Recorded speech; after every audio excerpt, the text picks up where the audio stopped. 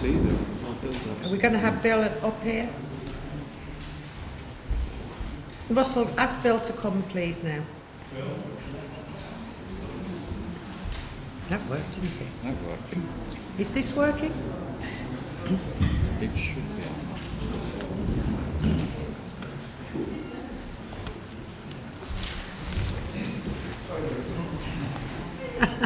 You can stop opening the door. You want me for something? You want this for something? I want you to sit down. Oh, okay.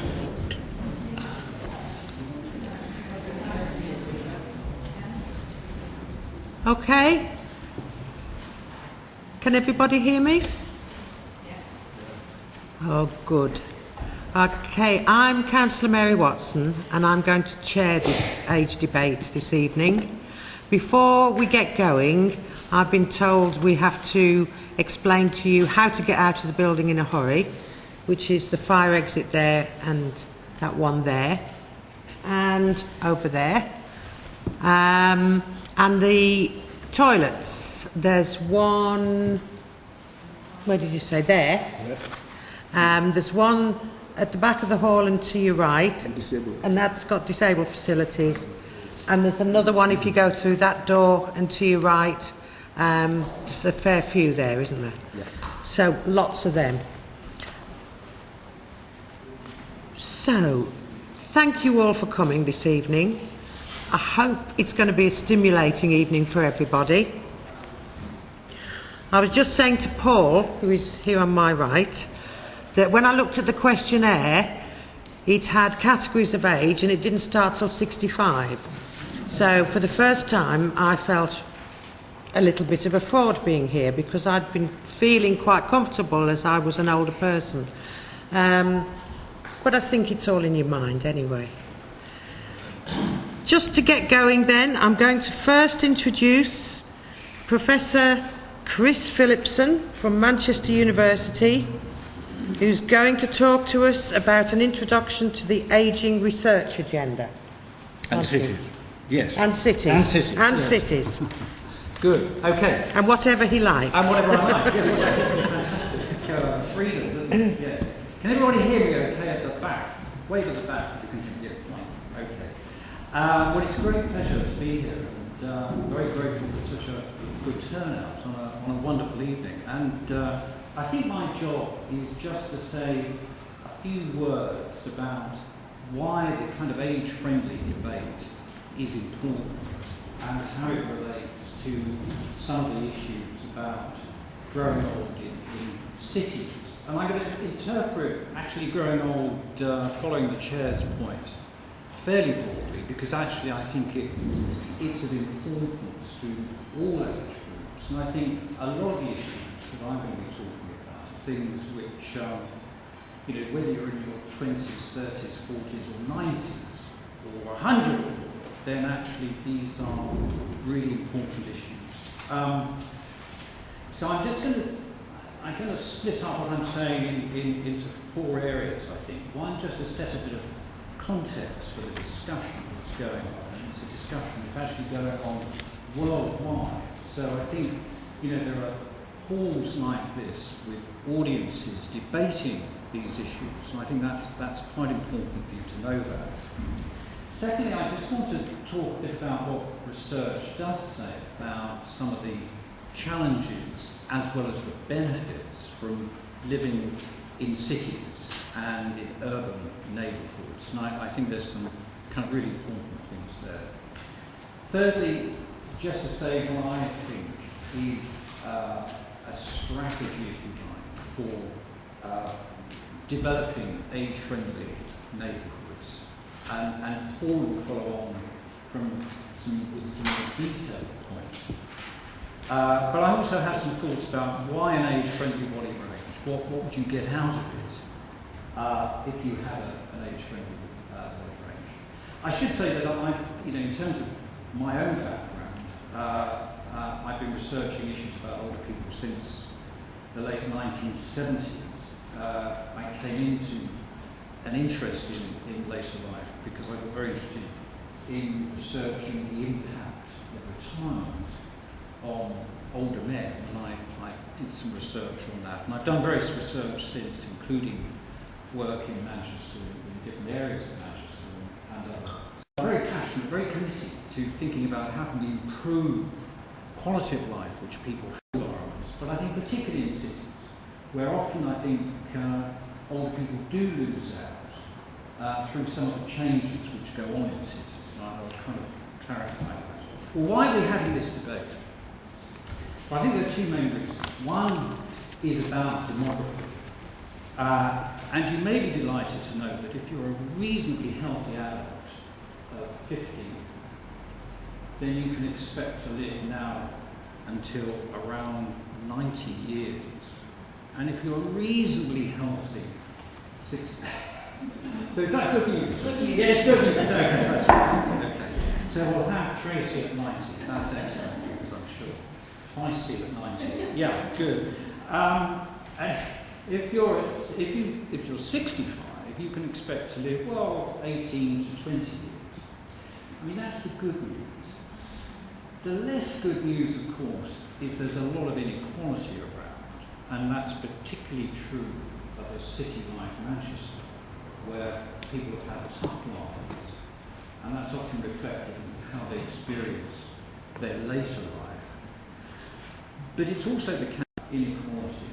You know, you may live to be 80, you may live to be 90, but you will carry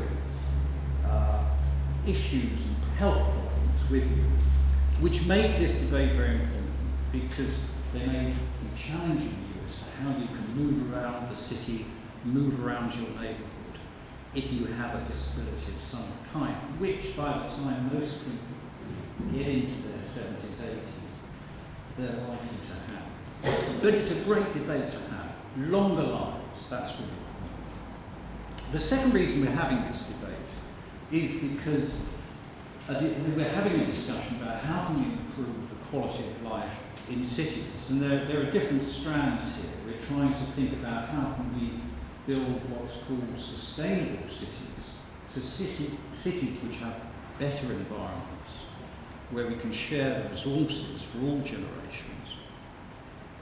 We're also having a discussion, I think, about social justice in cities. How can we make the resources in cities shared for all groups rather than for particular groups?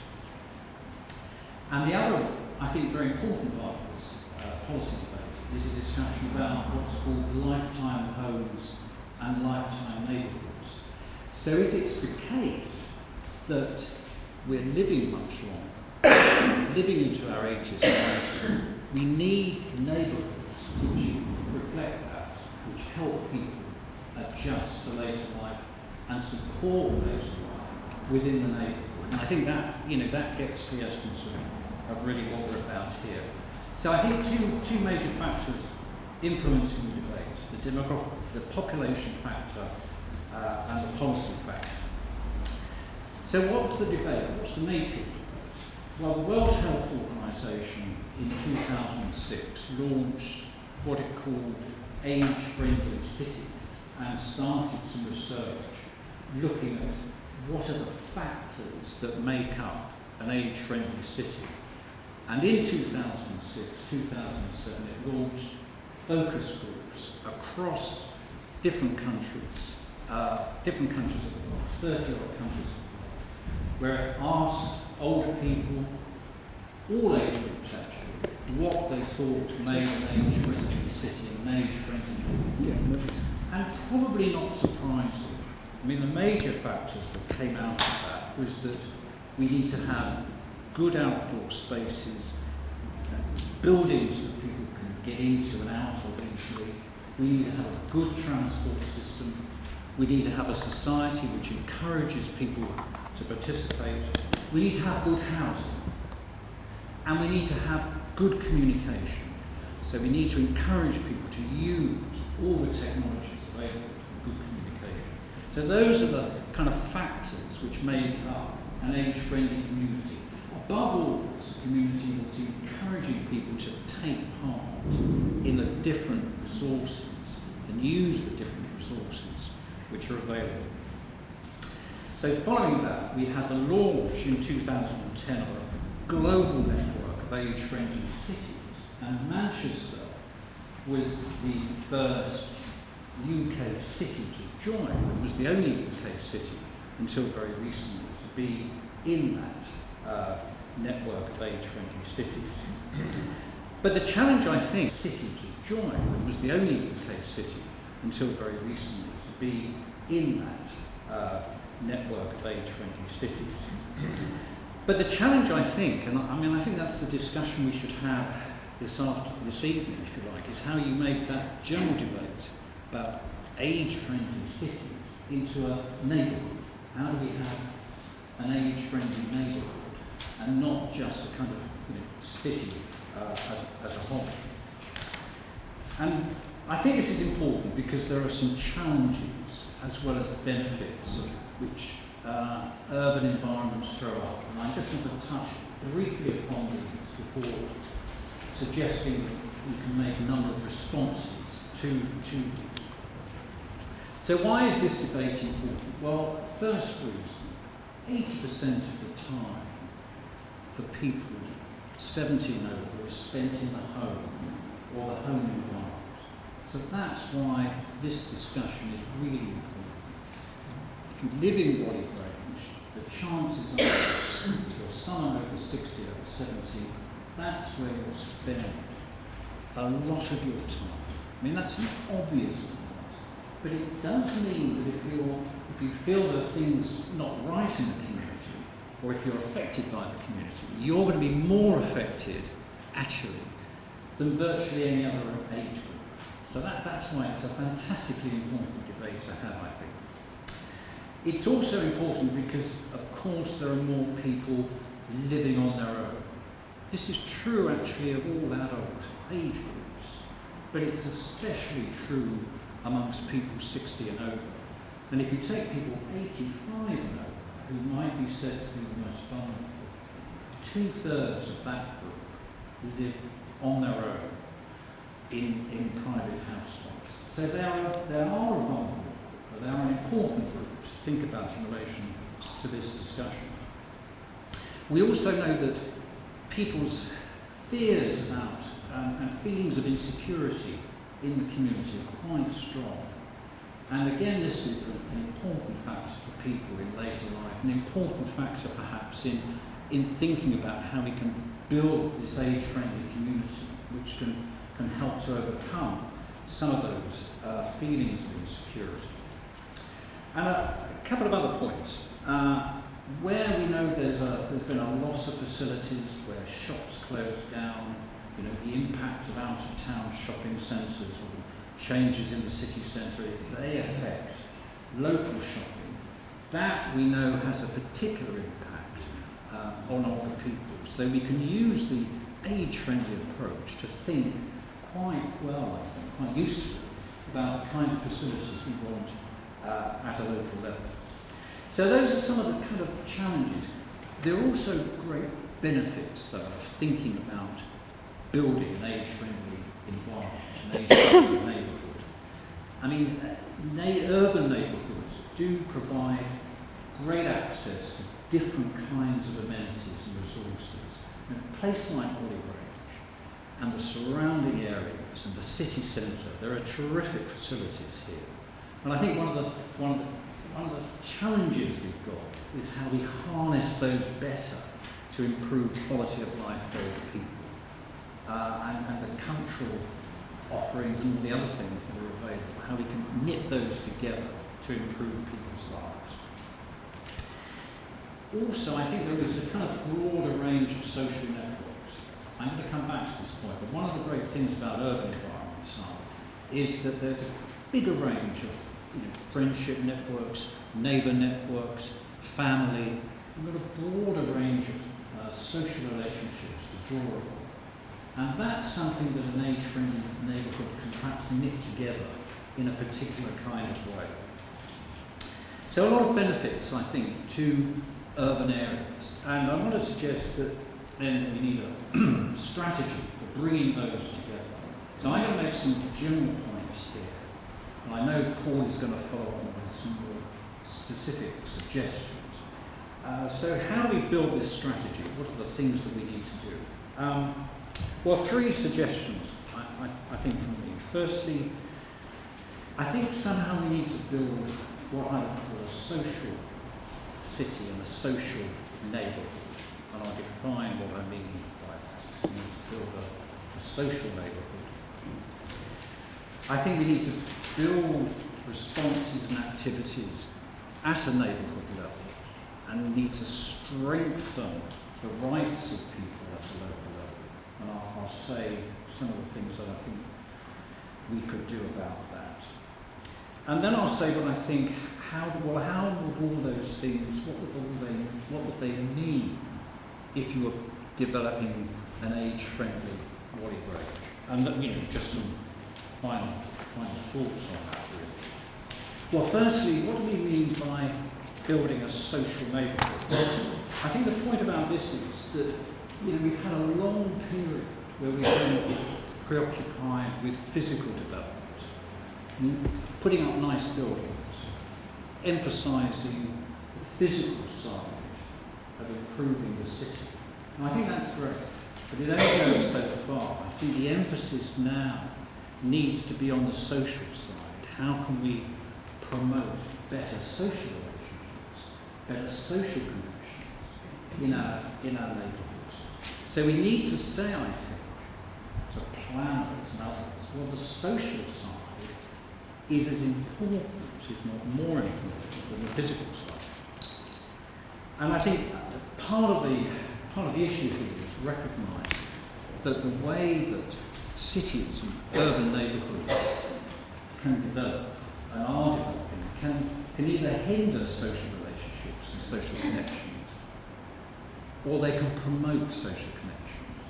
So I think that the trick is to urge our planners and others to think, when they're making decisions, well, how is the decision you make about a certain layout of shops or layout of roads or whatever it is, to what degree is that promoting social connections, social relationships between people?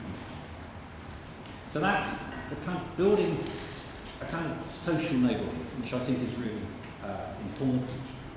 Then I think there are issues about building responses which strengthen the rights of people at a local level. And from my point of view, I think these are partly about strengthening these informal networks. I mean, the great thing about communities like Whalley Range and other such communities is that you've got neighbourhood links, friendship links, family links. And I think we need to do a better job in an age-friendly community of bringing those together. That's a key point. I think we need to think better. If we got this growth, particularly of people living alone, I do think we have to think harder about bringing some of those together in friendlier ways than we do at the present time. I mean, there is a lot of discussion about loneliness in later life, social isolation. I think that's important. But I think it's important we respond to that in ways which bring people together, in ways which they can understand and value and support. So again, I think the age-friendly badge, if you like, is quite a good one for achieving that, and thinking about that. I think also we need to think about ways in which looking at housing, improving people's security in housing is another important part of an age-friendly community. So what would an age-friendly Whalley Range mean, I think, to people, to the older people here, but also to other age groups? Well, I think perhaps 5 main things. Firstly, I think it would be a way of building these networks and supporting different groups of old people. I think that's an important issue. There's a whole variety of groups within our older population, and I think the age-friendly approach kind of gets us thinking about the needs of those different groups. I think it's a way, secondly, of developing responses to these specific issues. like thinking about loneliness and the new issues which come up which affect older people. And there's always something new that's coming up. And I think having a forum like the Age-friendly Forum, which allows you to think about that, is useful. Thirdly, I think perhaps it's also helpful in developing responses to what we've discussed over the years as ageism, discrimination against people because of their age. And I think that's been a significant impact. But it's important still to challenge the way older people are presented in very passive ways, in the community, in services.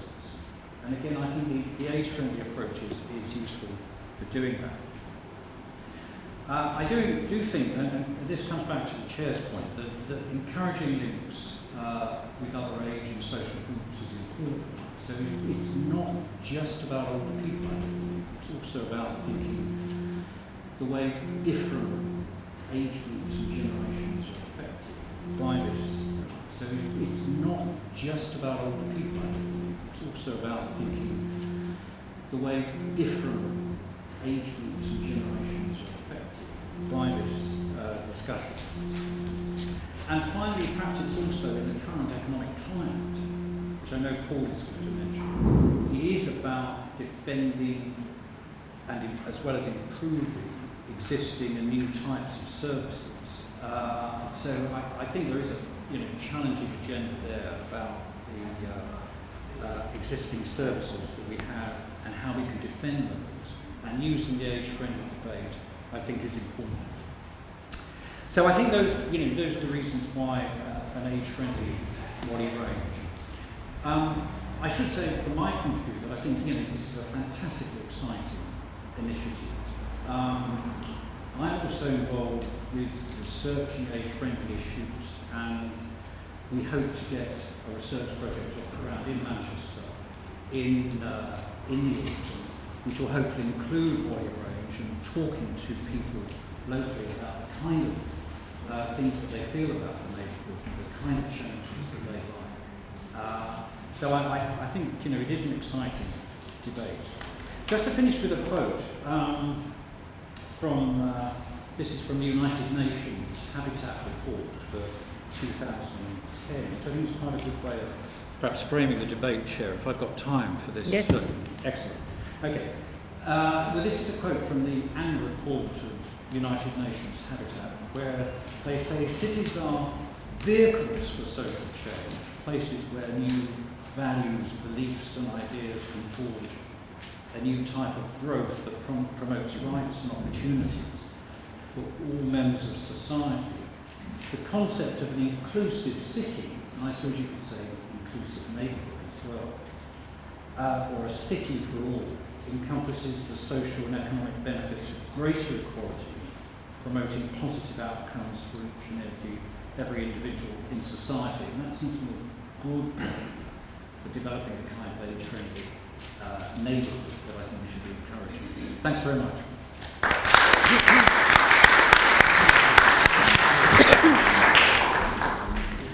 Well, thank you, Chris. And I thought that quote was very appropriate. And it's a good introduction to our next speaker, who is Paul McGarry from Manchester City Council, and he'll tell you a bit more about himself, hopefully, when he gets up. Thank you, Chair. Can I just check everybody can hear me at the back? Yeah. Okay. I just wanted to say a couple of personal things before I go on to present, I suppose, the case for our programme. I lived on this road 20 years ago, and I just drove past my old house, which is for sale. Oh. So I don't know what happened to the residents after we left, but Whalley Range is a place that I'm very fond of and spent many happy years. I just moved over the border, kind of west and southwards, so it's an area I know well and I have many friends in. So it's a real thrill really to be here talking to you this evening. I should just introduce myself first. So my name is Paul McGarry, and I have one of those job titles which sometimes appears, I think, in the Daily Mail and the Daily Express when when the press is sometimes having a go at local government. My job title is Senior Strategy Manager. And I'm not sure, it's sometimes difficult, particularly to my parents, to explain exactly what I do each day. But essentially what I do is manage a group of staff in the City Council. We're part of Public Health Manchester. And we're called the Value and Older People team. And we were launched 10 years ago next month, and I've been there all the way through. We've got a really excellent team of people from different backgrounds. We've got a couple of the members of the team here today. We have people who do community engagement work. We have colleagues who are based in the local university. We have programme managers who organise some of the important work that we do. We have people who work in cultural organisations and housing organisations. So we were set up in 2003 with a very clear vision about what our work should be. And really what it was about, I think, was 3 or 4 things. First of all, it was trying to run a programme of work which said that the traditional way in which older people and ageing were seen was wrong, i.e. the way that older people seem to drain on the economy, as decrepit, as not contributing anything to local communities. So we had a very clear set of principles. The first one is that we saw older people as leaders, as citizens, and that we had to try and break down some of the stereotypes of older people. So we set up a board of older people, which has met every 6 weeks since 2004. We have a forum of older people, which meets 3 times a year, where we get 100 residents from across the city meeting to discuss some of the issues that we're going to be talking about tonight. The second thing that was in our kind of vision, I suppose, was the idea that we were about reducing inequalities. So reducing inequalities that older people in Manchester have with people outside of the city. And Chris touched on some of those points before. But also different groups of older people in the city, from black and minority ethnic communities, from older people who were disabled, older people from all the different parts of Manchester. And I think the third thing we were asked to think about, and to get other people to think about, is to try and get the ageing lens, as it's been called, on everything that the local authority does, but not just the local authority, all our partners do as well, whether it's the local police force, fire service, the NHS, other public and private bodies. So that's what we set out to do really 10 years ago. And there are a number of strands about how we've tried to do that. The first one, as anybody who's ever worked in local government knows, you've got to have a strategy. And you've got to have a nice document which you can go around and sell the key ideas to. So we've done 2 of those over the years. And what they've really been about is having meetings like this one, bringing together residents in different parts of the city, councillors, different organisations, to set out how they could commit their organisations to those guiding principles.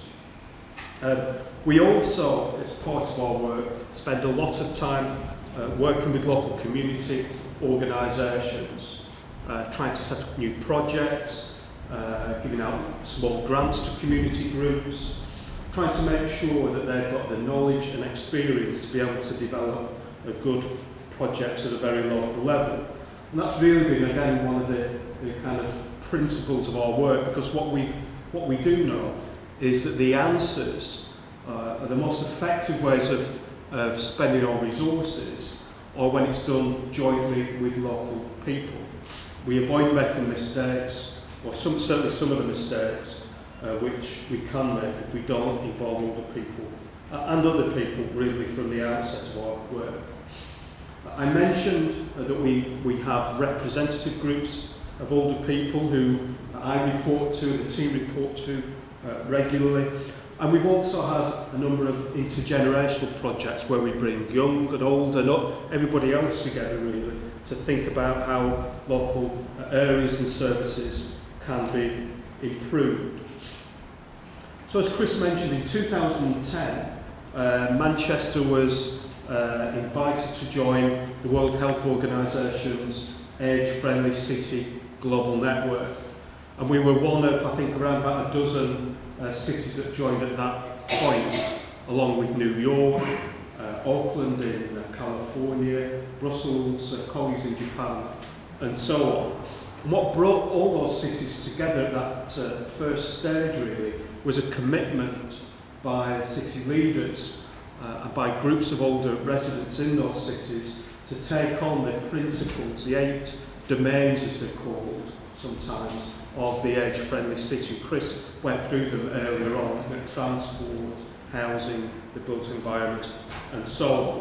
So again, you get this approach coming through that looking at ageing isn't just about health services and social care services, and actually the vast majority of older people, however we define them, don't use those services on a regular basis, and it's the other things which improve quality of life. Last year, in 2012, in Manchester Town Hall, we officially launched with the council leader, Sir Richard Leese, and 300 delegates from across the city and across the UK actually, Age-friendly Manchester. And what we said then is that we're now really entering the next phase of our work. And that phase of work really is built around 4 themes. The first theme is this idea of age-friendly neighbourhoods and communities. And really this develops work that we've been doing for many years. And I'll just give you 2 or 3 examples. This idea of age-friendly neighbourhoods and communities. And really this develops work that we've been doing for many years. And I'll just give you 2 or 3 examples of how we do that. Across Manchester there are what we call Value Older People networks. And these are networks of frontline staff, and they can be from local libraries, from health services, and from police, from community organisations.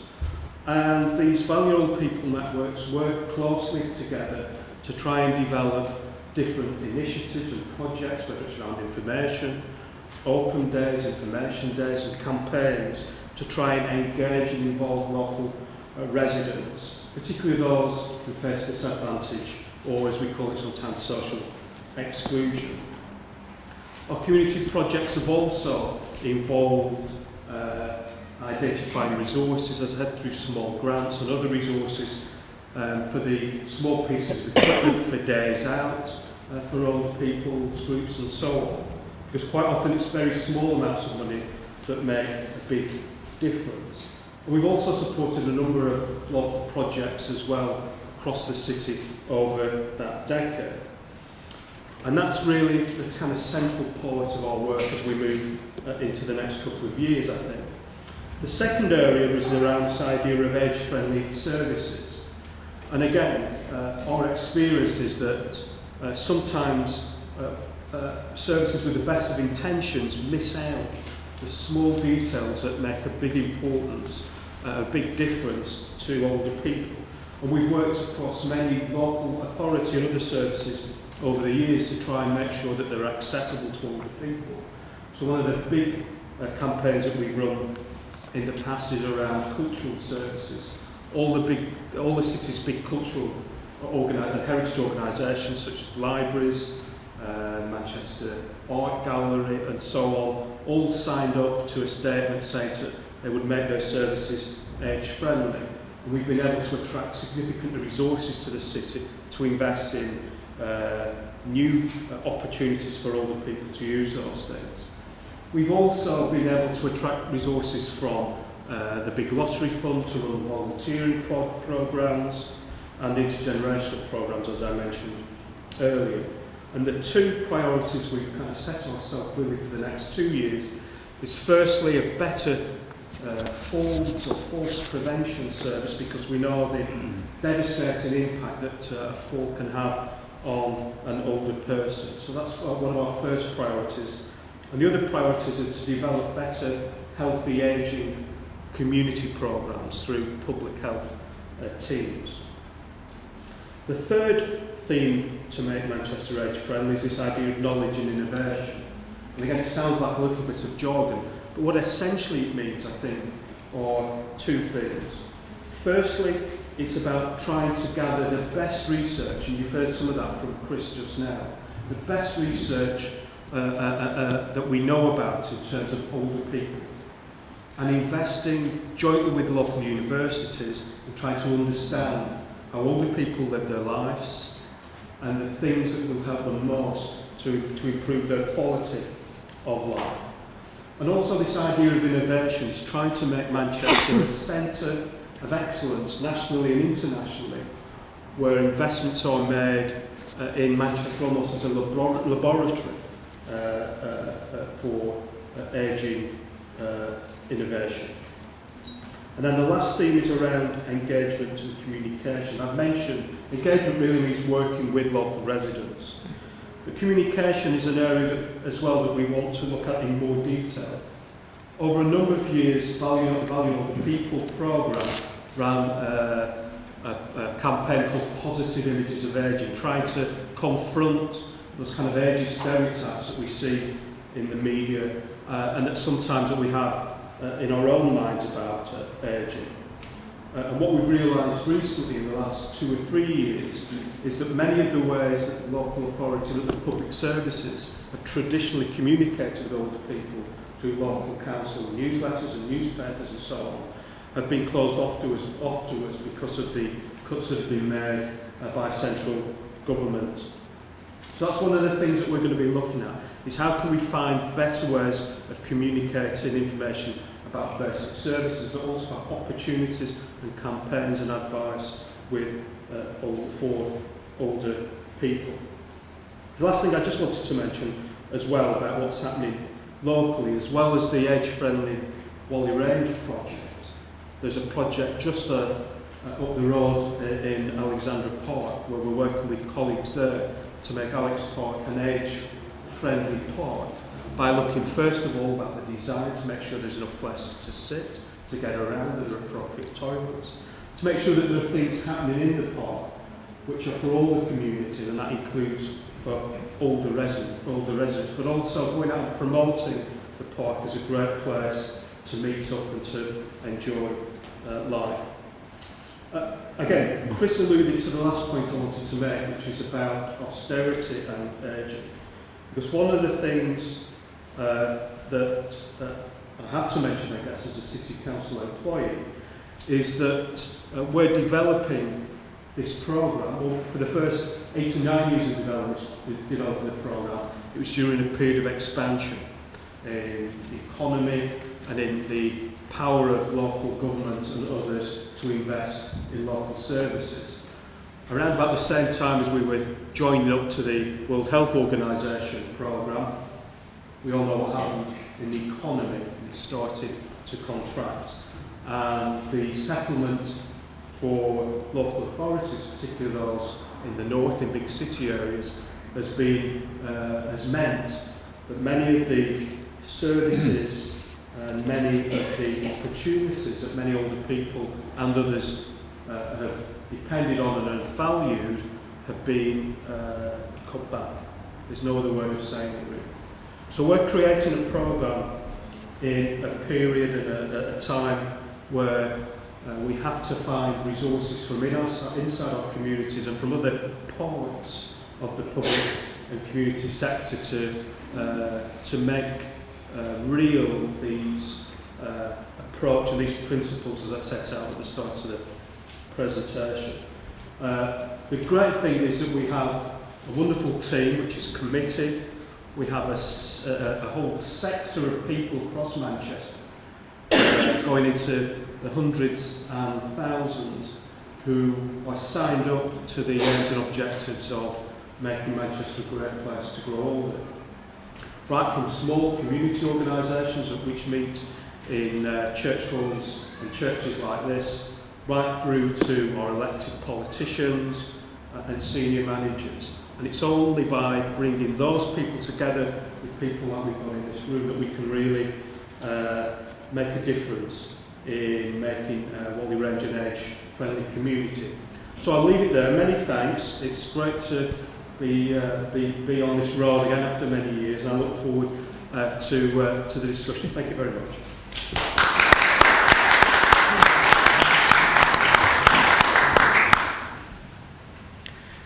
So, and finally, in terms of speakers, we have got some very local people.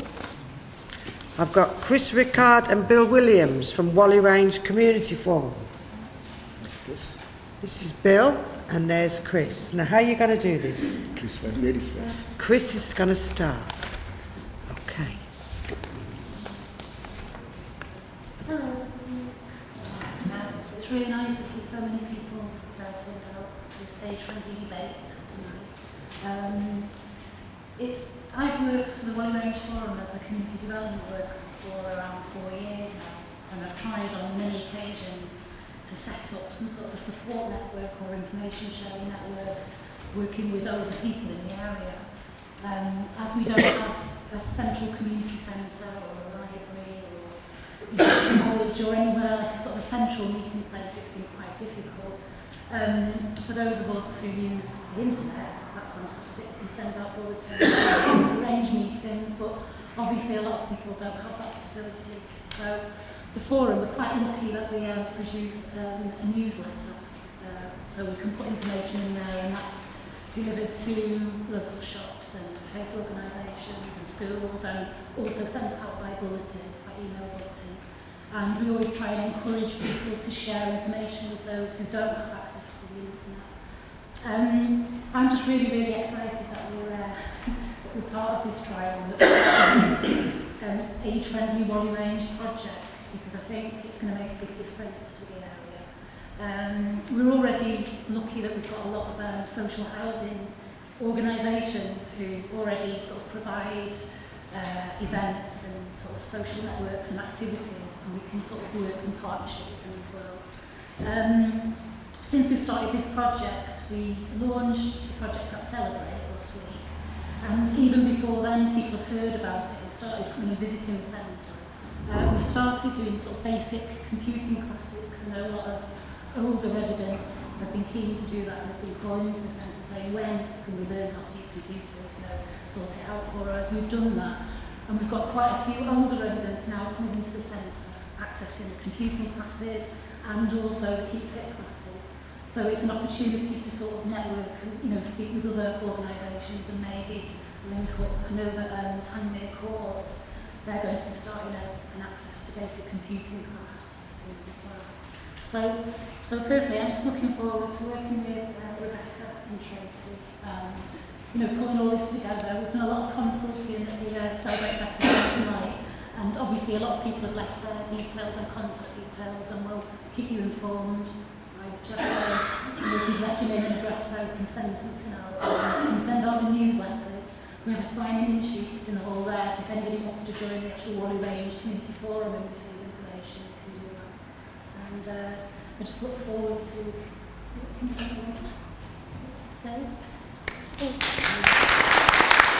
Community Forum and receive information, you can do that.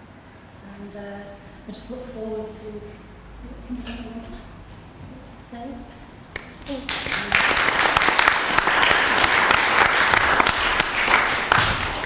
And now Bill.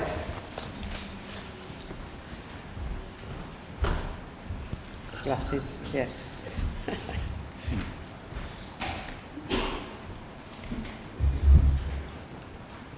Well, good evening, ladies and gentlemen. My name is Bill Williams, and I'm the chair of Whalley Range Forum. I've been requested just to talk about what Whalley Range Forum is, just in case anybody hasn't heard of us. And I'll be surprised if you haven't. If you haven't, I'm sure you've seen our Celebrate Festival, which we organize every year. Whalley Range Forum is a voluntary organization mainly devoted for the interests of Whalley Range residents. The concept of this forum, over 20 years ago, because there are so many organizations in Whalley Range, and none of them were speaking to each other. So we thought of creating a focal point where all the representatives of such organizations will come together every 2 months and share information and discuss issues that relates to all aspects of welfare of Whalley Range residents. And we've been doing this now for over 20 years.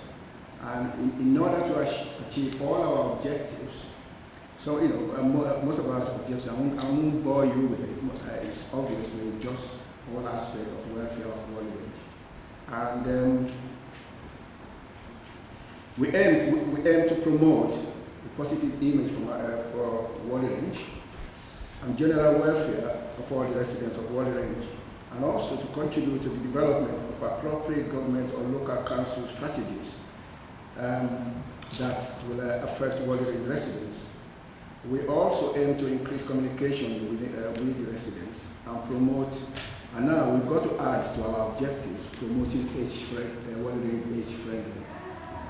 And in order to do this, we have to work with, in partnership with our councillors, so that they will know what all your needs are, and also to work with City Council to make them realize that if they are going to bring any strategies into our area, our residents need to be aware of it, and they've got to consider all aspects, all the views of our residents as much as possible.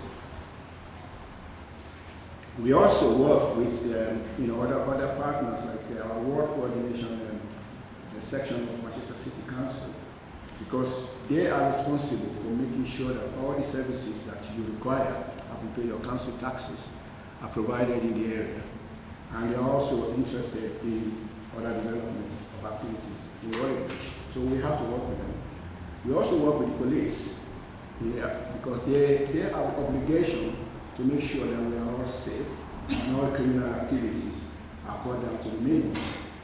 And the other partners that we work with, and now that we have got to promote age-friendly, our partnership has now expanded to other people, like people who are doing academic work with age-friendly activities, and also with value older people, so that we are going to be in main contact for all our residents with regards to these important people in the area. Now, age-friendly, when we first learned about age-friendly in Whalley Range, we were not taken by surprise, because we've already identified this gap that we need to look into the interests of some elderly people, because this is becoming an aging society. And the first thing that hit me when I approached one of our councillors, she's the chair today, 2 or 3 years ago, and I said, please, they are cutting the funding for our youth organizations. She said, oh, I'll do my best to help you. But by the way, what are the facilities for the other age groups in the area? I nearly choked, because I can realize that we are not actually looking after certain section of our population in Whalley Range, which are the elderly people. So when this age-friendly things, apart from the fact that we've already identified the gap, now when we are trying to promote it, people are asking me, what is age-friendly? And I'm saying, it's just to, it's to promote the interests of the aging society that we are living in, especially the elderly. And now, being a community person, I always expect a hit back. And 1 or 2 people ask me, who do you think is elderly? I said, oh, right, okay. In the past, we could say 70 to 80, 60 years of age. And they are more or less in the minority. But now, we can't say that anymore, because as the professor told us, a lot of people are going to be living beyond 80 these days. So I find that difficult to define who are the elderly in our area.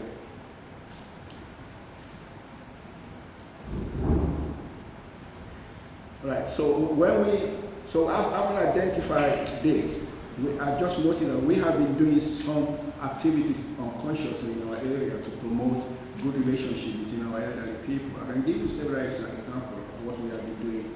We do have residents associations in the area, for example, and our councillors turn up. And they will tell you the sort of questions we are listen, to say, right, okay, what are the facilities that you have in our area? We have got, we have got bus stops that haven't got shelter. We have got bus stops that haven't got benches to sit on. Come winter, you want us to come out, you want to be more mobile. But when we think about all this, it's like difficult for us. We are trying to come out. So that immediately hit us as this is a sort of isolation that we need to prevent in our area. And our councillor then promised that, all right, we have to look into benches. And that was about 6-7 months ago. The benches haven't arrived yet. And we are hoping it's going to happen sometime.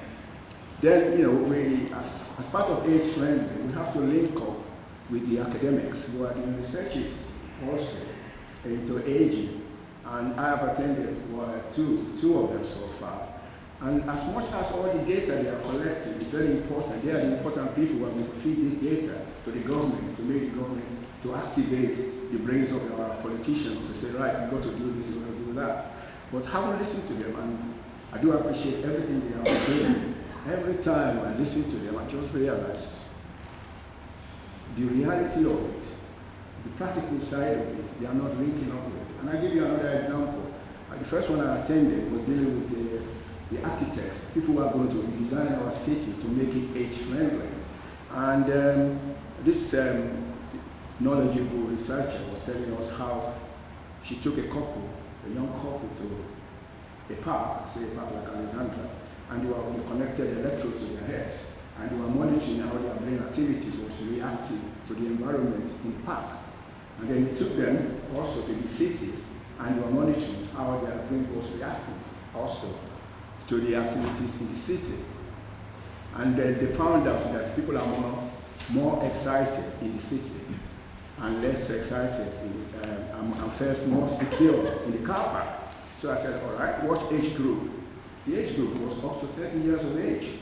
And I said, have you done it with the elderly people? You're dealing with age. Have you actually repeated that sort of experiment with the elderly people? Because we all know that if we are going to make our cities age-friendly, we've got to think about the elderly people. If an elderly person has to go to town, for example, she is going to be frightened to death because we haven't designed the city to suit elderly people. There's not enough pedestrian area that they can look at. Cars are flying all over the place. If they needed to have a rest, there are not enough benches for them to sit down. And also, if they are going to say they want to relax and they want to pop in to have a drink of tea or coffee, and they go into all these cafes, are the people made aware of how they should be reacting to age-friendly people? Can they use the toilet of these people? How many toilets have we got in the city, the center, that you don't have to pay for? So all this type of thing, I just suggested to them that you've got to be getting to the practical side of it. So it's just that sort of thing that we need. We need such information from our residents so that when we go to these discussions or when we go to listen to our academics and other people, then we should be able to tell them what we have gathered from our community. And also, unconsciously, we've been looking after the elderly in the sense that in my streets of Victoria Road, for example, there are volunteers who have taken 5 or 6 elderly people, giving them their contact details, as if you have any problem, give me a call, and we'll look into it. And they always check on them and see how they are. If they needed any help, if the winter is so bad, these people can knock on the door and say, how are you doing? Mrs. Swanson, do you need any help? And, the elderly people, the approach that you've got to give to them, it's not that easy sometimes. Because some of them, they'll tell you, I don't want to be a burden on anybody. I don't want to be this, even though you give them the freedom to come and speak to you. I had an experience also in winter where it was very, very cold. And I was telling a professor about that, about how this lady felt very, very cold in winter. She has a gas heater. She has a gas heater in the house. The switch of that gas heater broke. It's a public holiday on Monday. She called the British gas engineer came along, and she said, right, Mrs. So-and-so, I am not going to be able to do anything because we can't get the taps. All the places out. closed. And eventually, you know, this lady was left with a very small heater, very, very small. And she kept saying, oh, God, I'm cold, I'm going to die. I invited her to come to my place to stay with my family. Oh, I don't want to bother anybody. Eventually, I managed to contact or care and repair people to come and help her out. And we managed to find a retired gas. It's up to me what I do. You're always trying to get me, bring me down. Every single one of you. And then on his own, it comes down again.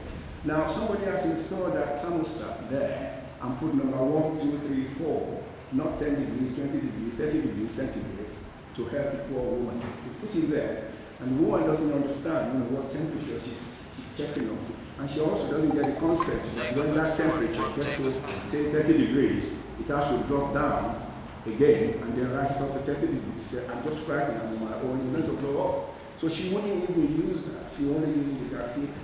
So I was discussing it again with our professor today because there was a discussion recently about energy consumption and aging. And I was saying that we need to get our energy producers who are installing things in houses to make it user-friendly and age-friendly so that these people will be able to benefit from it. Otherwise, you can install it. If the lady doesn't know how to use what the thermostat does, you're wasting your time, she won't use it. So where's the efficiency? And also, we've been asked to insulate our houses for winter. Now, nobody has thought about what's going to happen when we get the weather like this. So one of the professors was telling us last week that, well, you know, since the winter allowance has been introduced, the number of deaths among the elderly people has dropped. But also, in summer, there's also a large number of elderly people dying. Well, that's obvious because the police will tell us not to open our windows for security. Right? There is no fan. The house is well insulated. It's too hot to stay in. So, I mean, why can't somebody walk that out and say, well, we should be thinking now, not just of winter, we should be thinking about summer. Maybe put a fan on like this. So anyway, the reason why I'm bringing all this up is because as a community person, this is the sort of thing that we experience. And with your help, with all our residents' help, we'll give any information that you want to pass on to us with regards to anybody, any age group. We're at your service. Please contact us and let us know so we can take all this information and pass it on to valuable other people or to our professors. And if anybody wants to know more about what we community forum, please, at the end of the meeting, Chris and myself will be available and we'll be able to answer any of your questions. Thank you.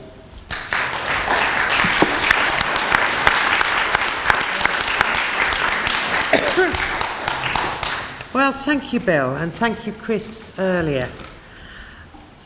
According to our agenda, we've got a coffee break now. We don't have to drink coffee, we can drink juice, we can drink tea.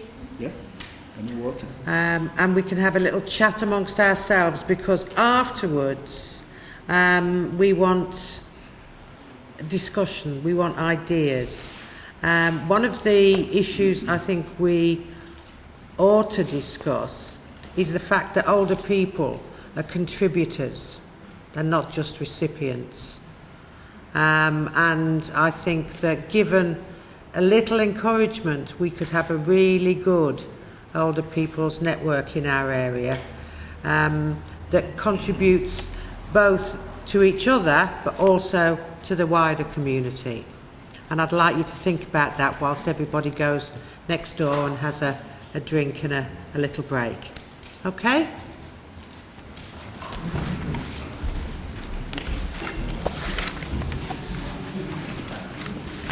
think we could rule the world with Sorry? I think we could rule the world with these older people. Excellent. Well, in our little neighbourhood we could.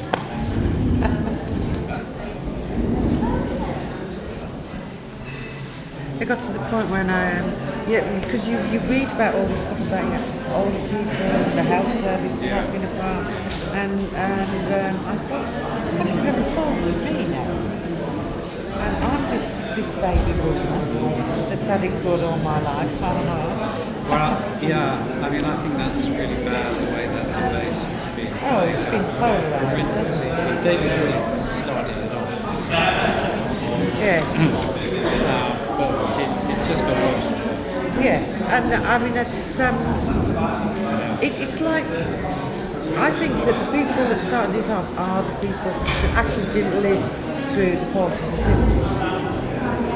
Well, When it was actually pretty damn tough. Yeah, it was tough, and there are a lot of inequalities within the baby boomers. I mean, a lot of people don't have much housing access. I mean, a lot of people are very poor. It's huge. It really makes me happy. Yeah. Let's get some coffee. Right. I'm just going to nip it.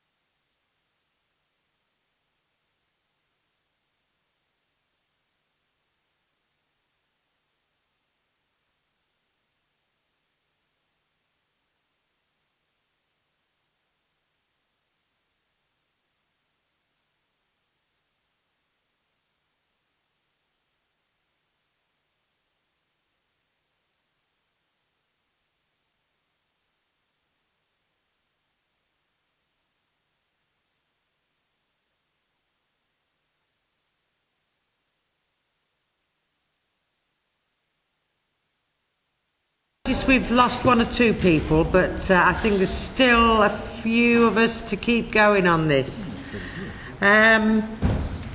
We were going to have DVDs. Unfortunately, I understand that the technology has worked insufficiently well for them to be here. But at least that's what my information is. We'll blame it on the technology. Okay? And you can see me later. Right. So we're straight on to the question and answer and panel discussion. And I want everybody really to have a chance to have their say, both about what you've heard, but also more about how we can make Whalley Range as age-friendly as possible, and what does that actually mean for us that live here. So who's going to kick off? Jerry. Thank you, Chair. I'm Jerry Collier. No. This technology works. Right, yes.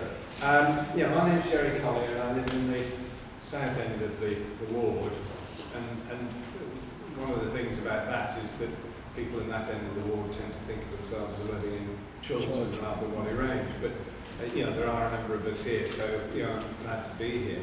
I'm also one of these older men with old men's problems.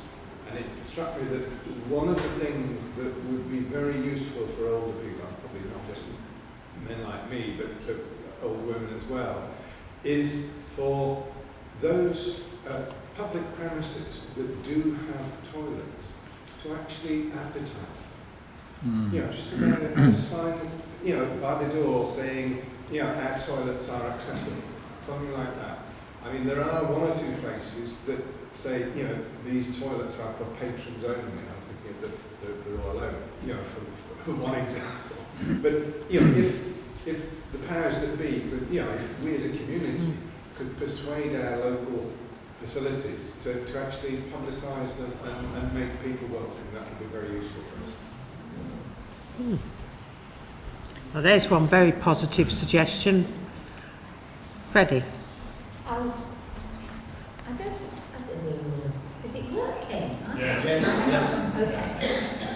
was just thinking the same, when you said that, I was thinking about the amount of buildings that still don't have mobility access.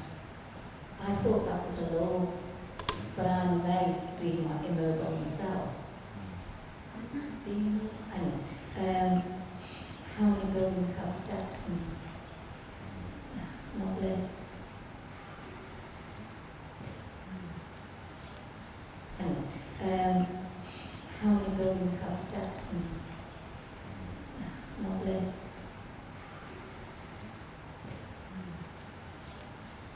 Okay. Most of the lips and point you down your throat. No rude jokes. This is a Methodist church. Worst proposition. Close to your lips and... My name is...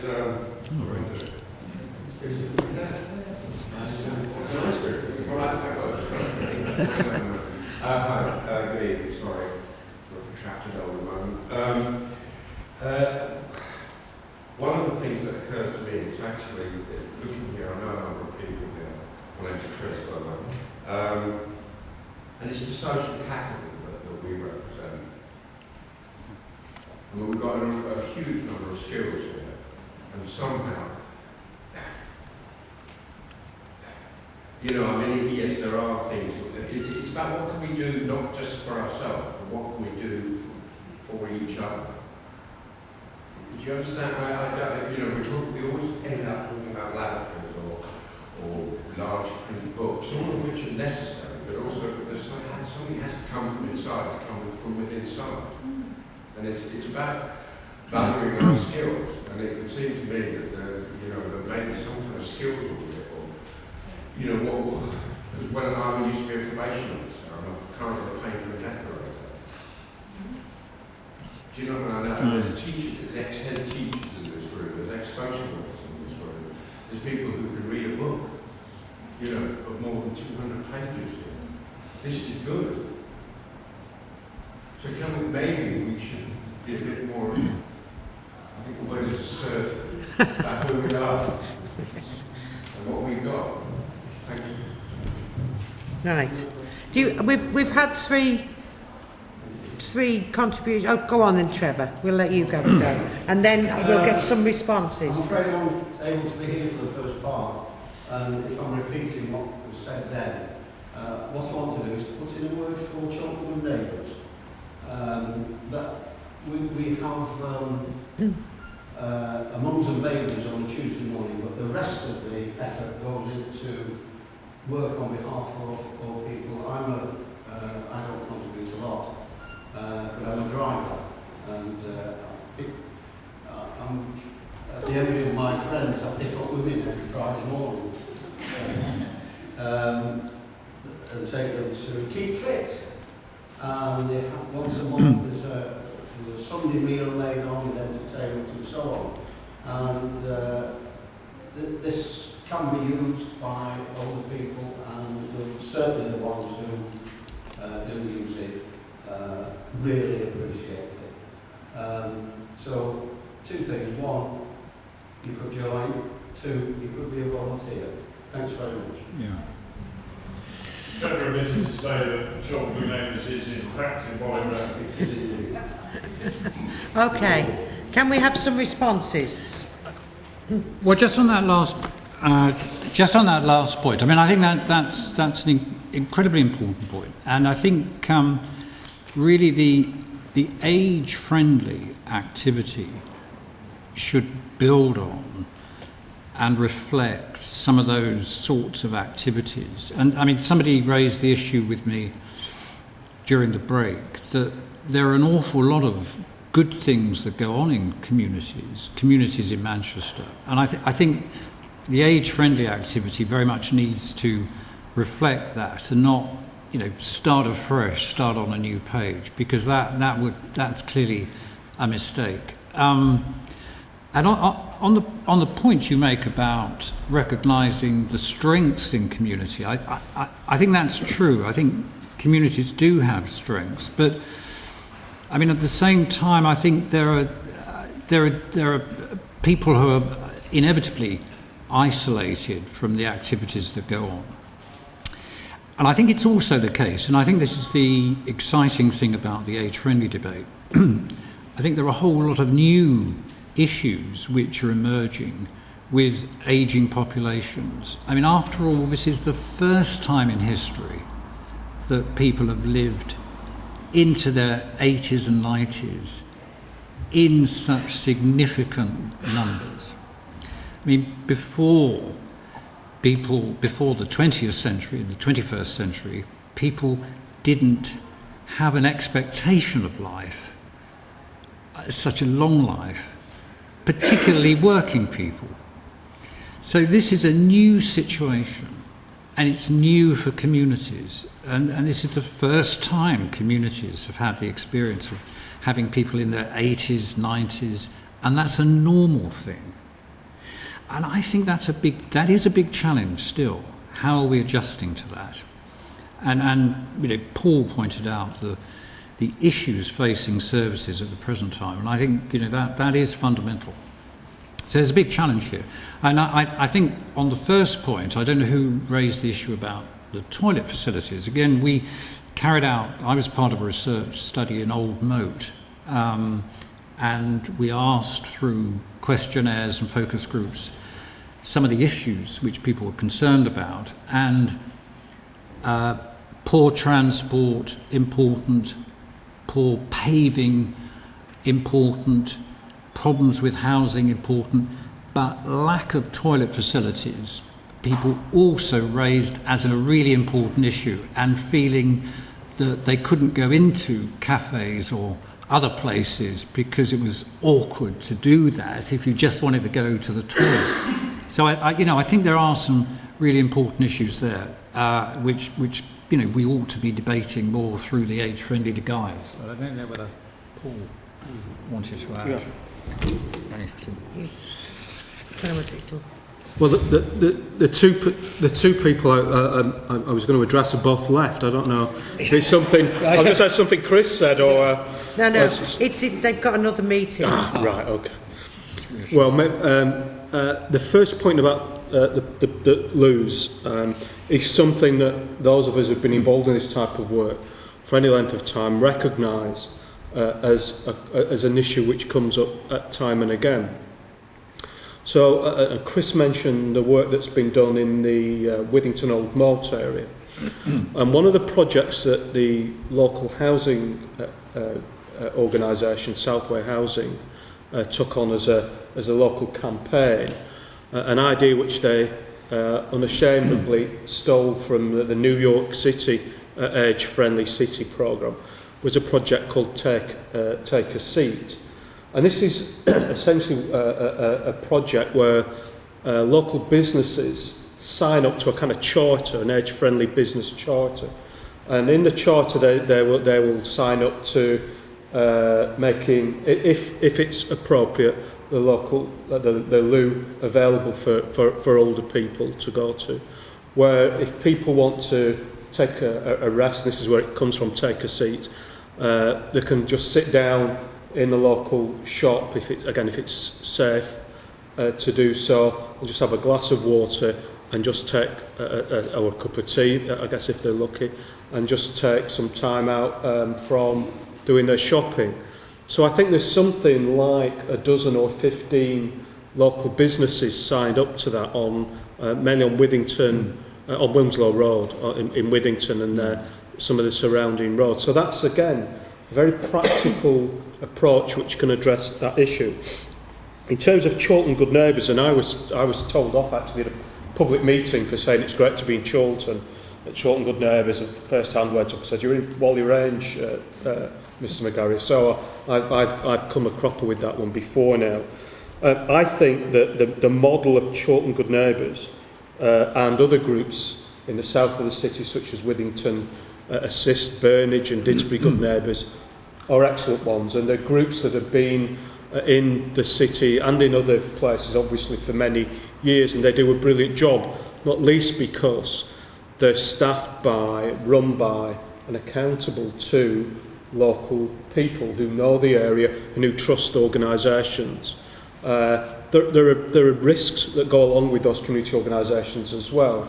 And one of the problems we see across the city is in the areas where you really want to Chiltern good neighbours, maybe in some of the poorer areas of the city, they're less likely to find them because there are less ex-teachers, less social workers, less people who've had developed those skills in their work life which they can then take into retirement. And there was an interesting article, I think it was possibly in the Guardian today or in the Independent, I'm not sure.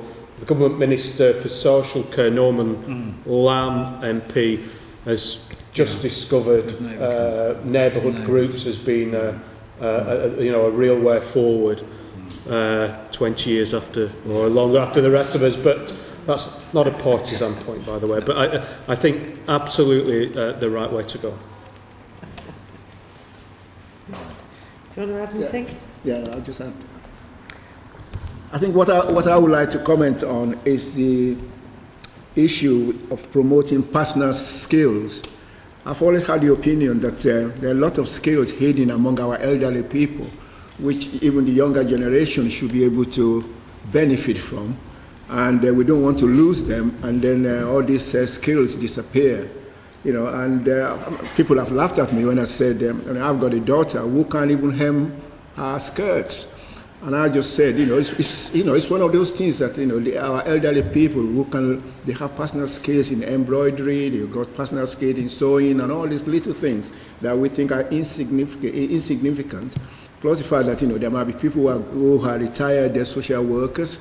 I mean, if personal skills in embroidery, they've got personal skills in sewing, and all these little things that we think are insignificant. Plus the fact that, there might be people who are retired, they're social workers. I mean, if we can encourage that, then we promote intergenerational concept where the younger ones will be able to benefit from the older ones, and then the older ones will be able to learn something from the younger ones. And that will be a part of our remit in promoting age-friendly in Manchester. With regards to the toilets, our councillor here will tell you that since we've been looking into the Alexandra Park issue before we got the grant for it, one of the things that prevent elderly people from going into that car park, into that Alexandra Park, is the security as well as the lack of toilets. And it's very embarrassing, for simple things like that not to be even available in Alexandra Park, as big as it is. Now, when this restoration is taking place, we are hoping to making sure that all these things are definitely available. Okay. Yes. Sorry, I want to say something which is not. My voice not as loud as yours. My issue for me is not just to do with older people, but I think it affects older people quite a lot. And I think it has to do with how filthy Manchester is getting and what we can do about that. And it's not just, I walk down Upper Chorlton Road, and there are jewelries lying on the street, and papers and plastic things and glasses and bottles and dog poo. And in winter it's worse because you slip all over the place and you can fall on the glass. And I would like to, I know it's to do with cutbacks and so on, but I think we need to think creatively about how to deal with the issues that are popping up over cutbacks. I'm not asking for an answer now, but I'm just raising the issue that it's turning into a dump, and it's very sad because we live in Manchester, we love it, and we have to say it, and I have to say that. I'm not coming from making criticism, because I care about it. The other thing that I do want to actually reinforce is that older people have skills, and it's not just the normal skills that come with growing old and experience, but you have actually work. And I was talking to someone earlier this evening that when I need something, I'm an older person, you don't have to say, which I have been, and I needed something, I'm an older person, but if I'm organizing a conference or something, I'm blah, blah, blah, So my identity changes according to what my needs are. So I think it would be quite interesting to see, to have a kind of database of what skills some of the older people in this borough ward in our neighbourhood. Yeah.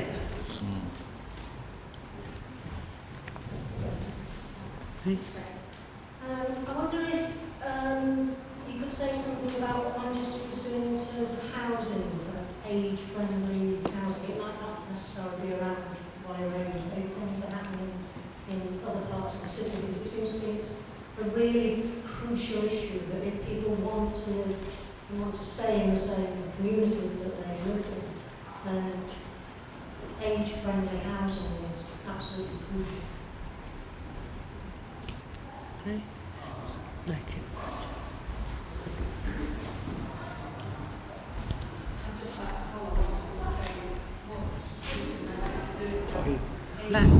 Louder. What I'd like to follow on saying, what age-friendly things Manchester is doing about meeting in people's homes. Okay. So this lady there. I missed that. What is Manchester doing about people who end up in old people's homes?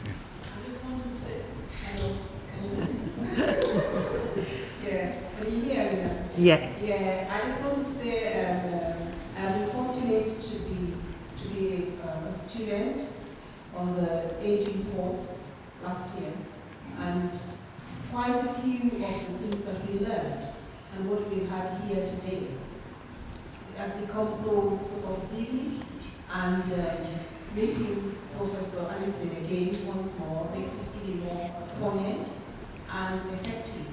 That things that people have said here today, we've already seen on the courses that are taking place in other places in terms of the generational gaps, that is most effective and is practical. Because all the people who have skills that are dormant but are not encouraged, they are not able to come out because of other aspects. So it's looking out into all those things and how the intergenerational gaps could be closed, because those things will be wasted, will be dead and buried. Young people will not, like the chairman said, will not be able to hem their skirt or put a buttonhole or darn their socks. Those little things, or maybe push their bed or whatever, little things that are practical in society. Okay. I'm going to give some responses and then we'll take some more points. Yeah. Okay. Thanks. Just the last point first. I take it you were referring to the Ageing Studies course. Okay. Just for those of you who may not have heard about this, jointly with the council, jointly with Keele University, which is where we met Chris many years ago, before we moved to Manchester, we developed a course, an 8-module course for frontline staff, from everything from the local fire service through cultural organisations, housing organisations, and so on. And the idea was to try and train groups of staff who work with older people every day about the kind of theory and concepts attached to ageing, and of some of the particular policy issues and so on. And each person was asked to go away, and I think we're up to about 70 now people, maybe a few more, who've been on that course. So that's a really good investment and a way that we've tried to change services to age-friendly services. Just on some of the points that were made, I'll just pick out the housing one, because you're absolutely right. And what we find is that the poorest older people tend to be the older people who have the least choice in housing provision and tend to end up in the worst housing. I mean, in one sense, it's not a great surprise, but what it does mean is that older people end up in housing which isn't necessarily appropriate to their needs, isn't where they want to live. It may be away from their friends and family, so on and so forth. So that's the challenge. And if you go outside, I was travelling around Cheshire over the weekend. If you travel around Cheshire, what you'll see is lots of these, I think, Sunrise and different other housing, these kind of almost gated communities for fairly wealthy or older people who sell their house up in and go and live out in one of these retirement communities. That choice isn't here for many of the older people in Manchester. So what the city, and I think the other thing to remember as well is that the vast majority of older people, again, however we define them, live in mainstream housing. They live in the house, same house that they've lived in for 10, 20, 40 years. And what we do to ensure that is that we invest in care and repair and services like that, so people can make their homes more adaptable. We make sure that as many of the public sector, former public sector housing, are built up to this decent housing standards.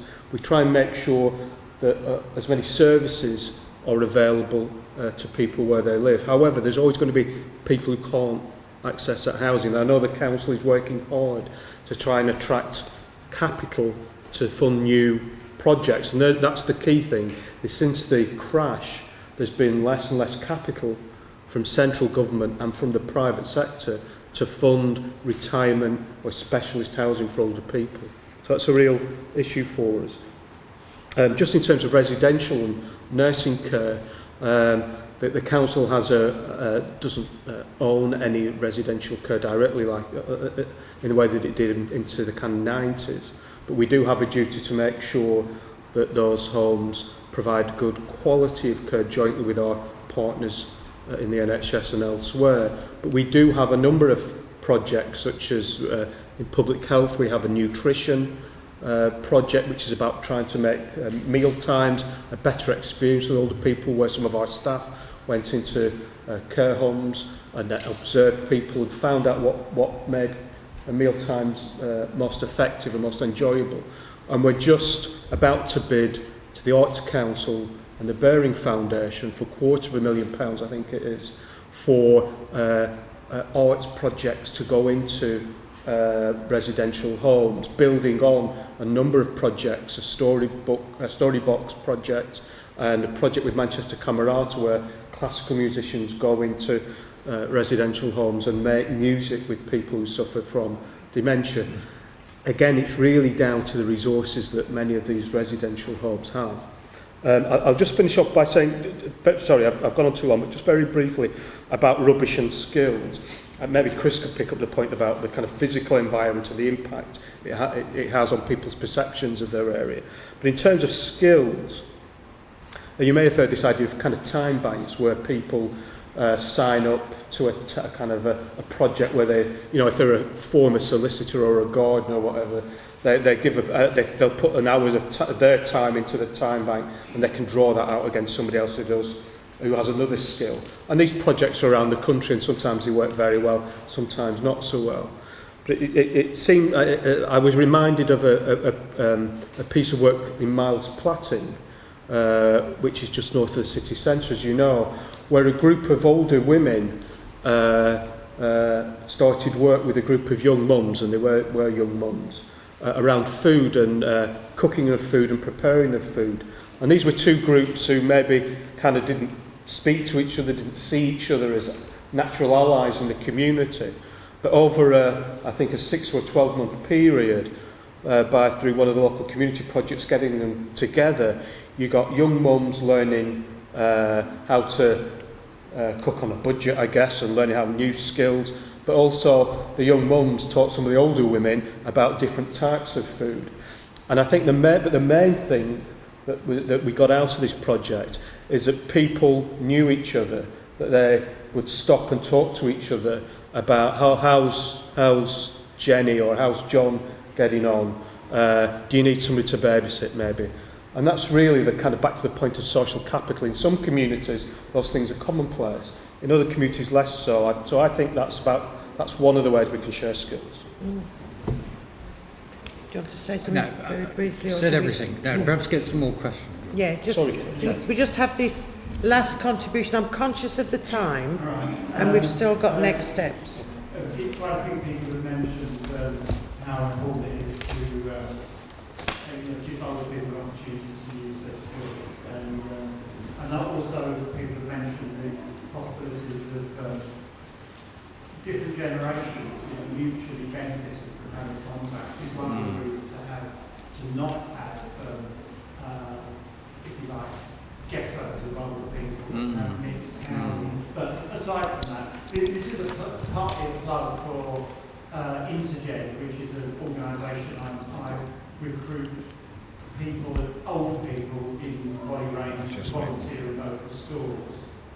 And everyone's asking about that one. But one of the problems recruit people, old people in Whalley Range to volunteer in local schools. And everyone's asking about that one. But one of the problems that organisations like ours has, and it may be true of Children's and Aid and things like that, is that when we apply for funding from public organisations, whether it's the council or whether it's charitable trust, whether they say, so what's your evidence? How can you prove it helps other people? And I wonder whether for little organisations like us, people like you can help us in some way with some of that expertise in doing evidence, in doing research amongst our own users to show benefit, because things like improving quality of life are a bit hard to get hold of.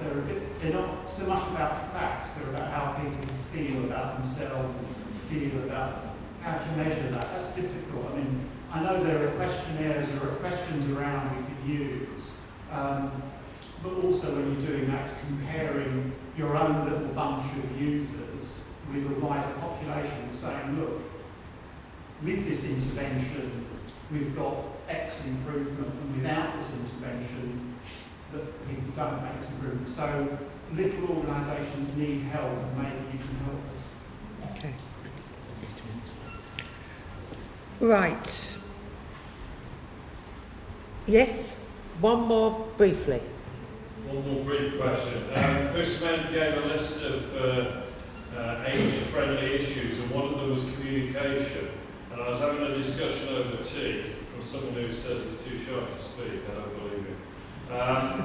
Anchor housing is not Wi-Fi connected or friendly. And when he, and I think a friend is another place, asked for Wi-Fi in the public areas to that housing complex, they were told that it would only be available if they paid for it. I think there's an issue here. Yes, in the next few years. Yeah. Thank you for raising that. Yeah. Okay. I think we're going to have to wind up. Paul's going to give us a treat and tell us about next steps. Okay. Are you going to be able to do that? Can you, Building on the try my contributions. I'll try my best. I'll stand up. Yes. Senior officer. I'm being heckled by the panel members, which I was going to say as a first, but that would be a lie. Okay, so I think in terms of next steps, there are a few things that we want to do.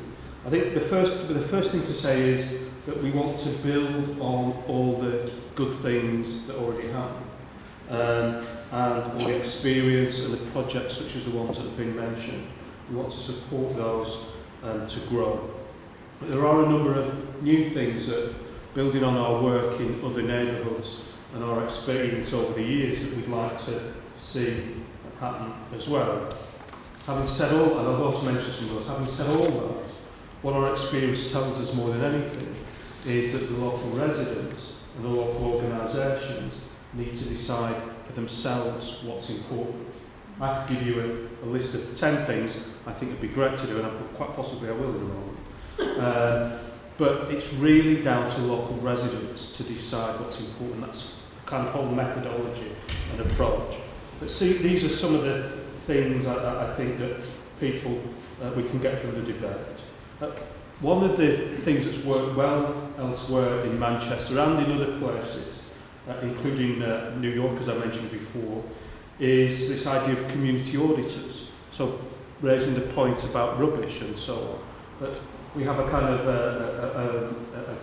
a way of collecting data through local residents about the things that would make the area more age-friendly. So we know that other areas, and I think Tony who's here from Old Moat, was one of the people who collected information which went into a local action plan.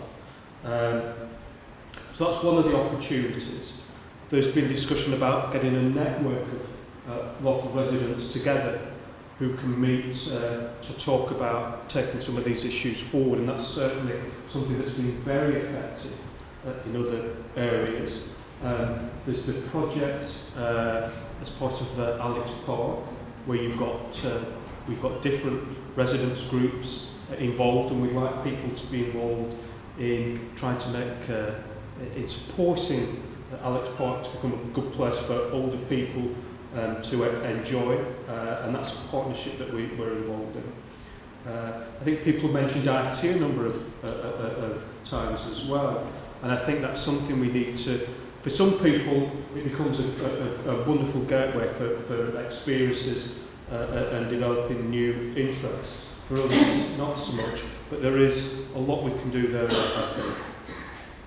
And there have been a number of other points. Certainly, there's a steering group that we've got organised with people from the forum, from local elected members and community activists, as well as my members of our team. So there are opportunities for them to get involved in the steering group.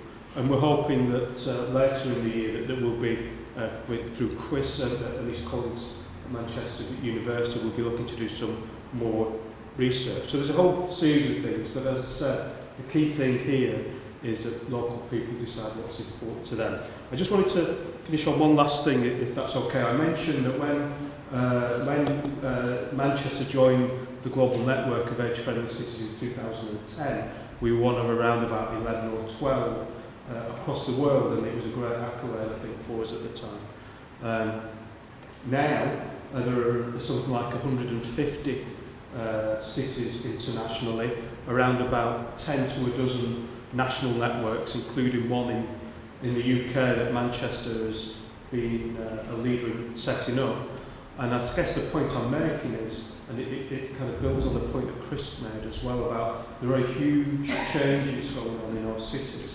Although Manchester's a little unusual in that respect, we will see the impact and effects of ageing communities. So we're part of an international, worldwide movement in a way, and certainly people like this are meeting all across the world grappling with the same issues. So I think it's something exciting to be involved in, and I think it's something that's worthwhile.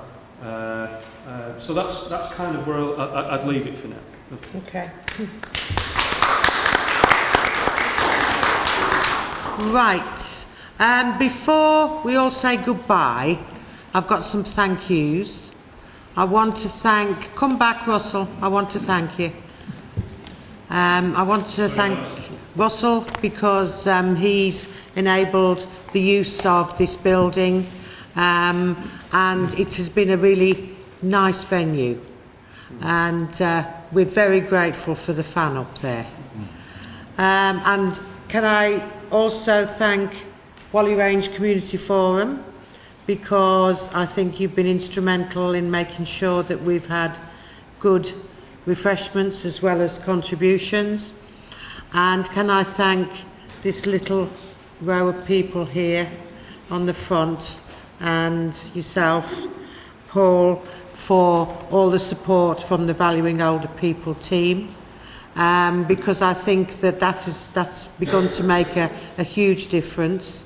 And this is just the beginning.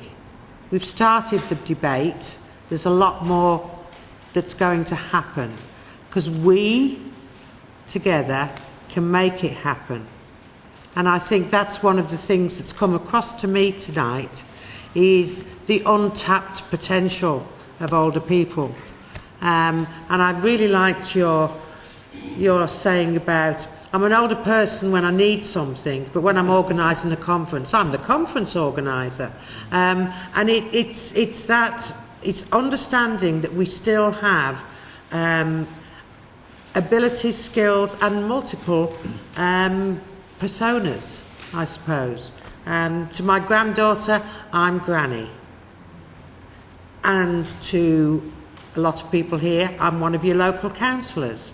I don't see any difference really. It is all about relationships and putting things back into the community and to your family. Right. What? Thank you to Chris. Oh yeah, we've got to thank Chris, who's given us some academic validity. Oh gosh.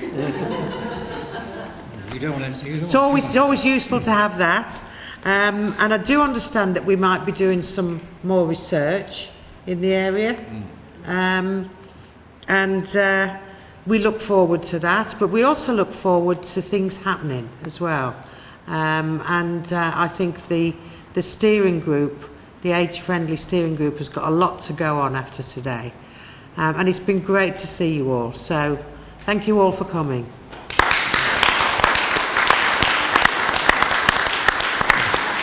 Thanks for the chair. Thanks, Chair. Excellent. That's all right. You did lend academic validity. Well, I think That's what you have. nice. Yeah. And I mean, this is this thing's in action, isn't Yeah, it? it's very good. Very good. I'm no academic at all, but I know the importance of being able to demonstrate things because you've looked at a range of stuff. And it's a very interesting time.